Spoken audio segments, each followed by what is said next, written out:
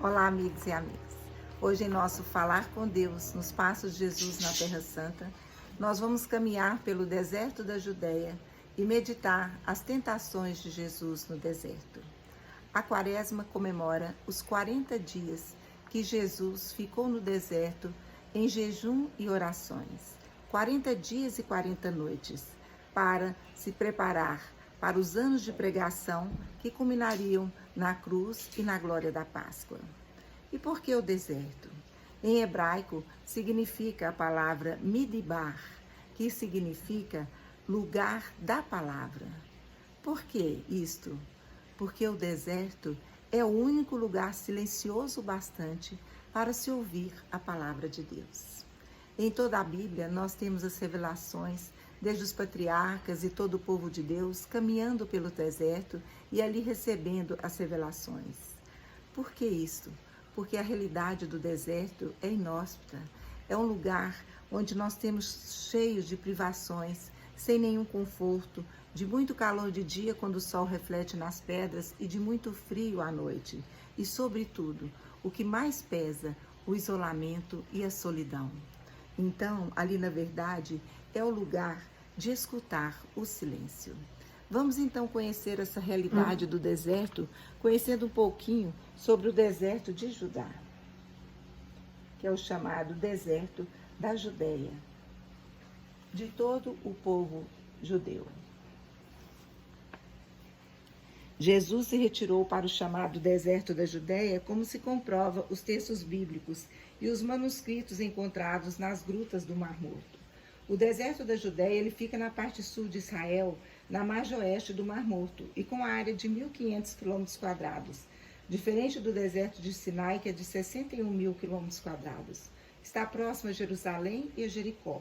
Uma passagem cercada de montanhas, penhascos, sítios históricos e mosteiros. Abrigou ali todo o povo de Deus. Em Gênesis, vemos as suas citações, também em Números, a presença de Abraão, como os demais patriarcas e toda a caminhada do povo de Deus. Aqui o Mar Morto. No Mar Morto foram descobertas pesquisas arqueológicas, descobriram 960 manuscritos em hebraico, aramaico e grego, revelando toda essa história, a Bíblia Sagrada, que certamente os judeus deixaram em os pergaminhos em jarros nas grutas. E aí, por que então esse deserto? Porque ali, desligado de tudo, de todas essas privações e solidão, nós podemos escutar melhor a palavra de Deus.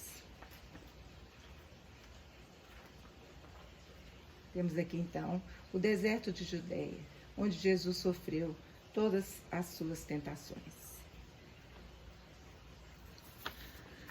E por que, nós perguntamos, esse lugar é propício à oração?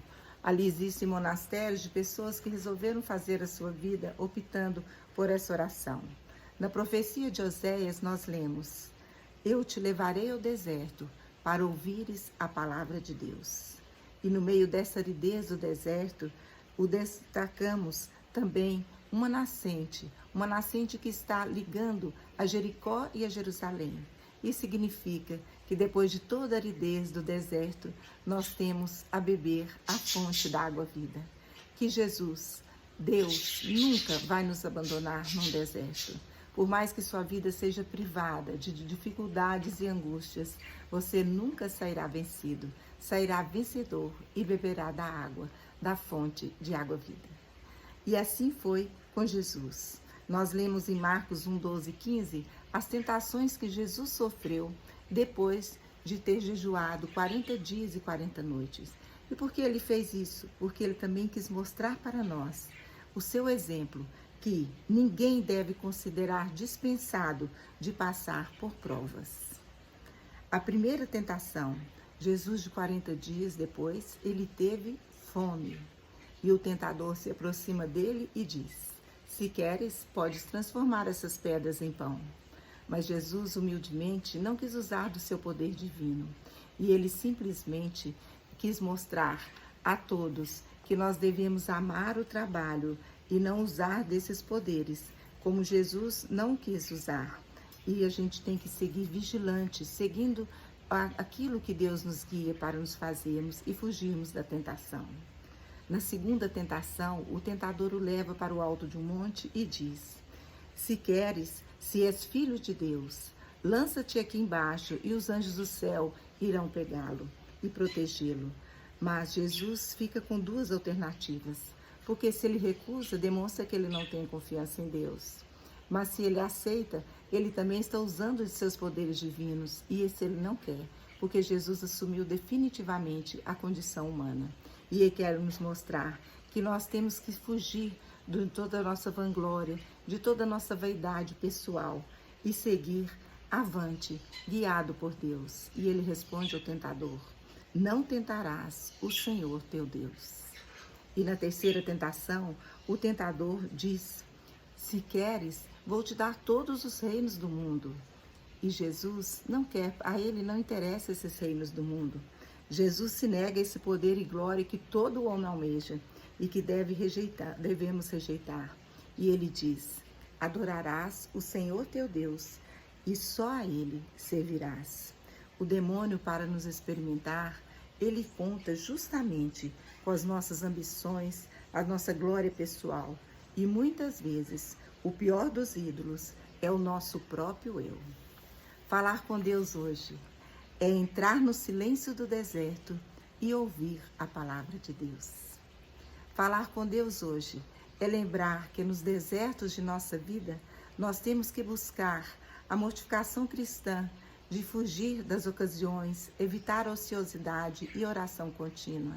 E lembrarmos que na nossa oração do Pai Nosso ensinada por Jesus, nós podemos repeti-la várias vezes ao dia. Não nos deixeis cair em tentação. Porque em Mateus nós lemos, em 26:41, vigiai e orai, para que não entres em tentação.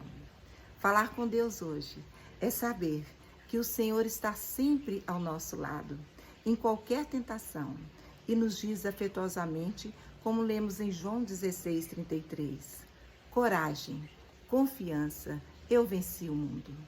Ele não nos deixará sair vencido. Sairemos sempre do deserto de nossa vida vencedor, confiante na misericórdia e no amor de Deus. E como naquela nascente do deserto, ele nos dará de beber sempre a água viva. Amém. Aleluia. Salve Maria.